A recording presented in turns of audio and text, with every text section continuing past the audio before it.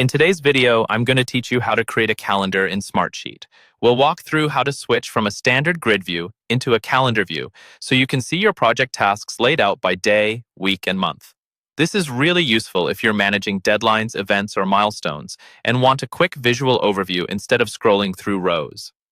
First, go ahead and open your project sheet in Smartsheet in the usual way so you're looking at the standard grid with your columns and rows. Make sure the sheet you open already has date columns set up, like a start date or end date column, because that's what the calendar view uses to place items on specific days. Once your sheet is open, look toward the top of the screen for the view controls.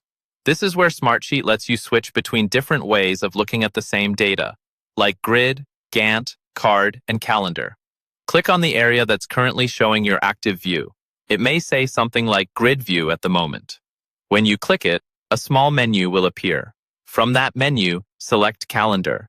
As soon as you choose Calendar, Smartsheet will transform your sheet into a calendar layout. You should now see a month-style view with boxes for each day and your tasks or rows appearing on the dates that match your date columns. Next, look near the top of the calendar for additional options and icons. There will be a few highlighted areas you can click on to adjust how your calendar behaves. One of these options lets you choose which date column Smartsheet should use for the calendar. For example, you might want to base the calendar on the start date, the end date, or another custom date column you've created. Click on the appropriate highlight and pick the date column that best represents when you want tasks to appear. You'll also see another highlighted area to refine how items are shown.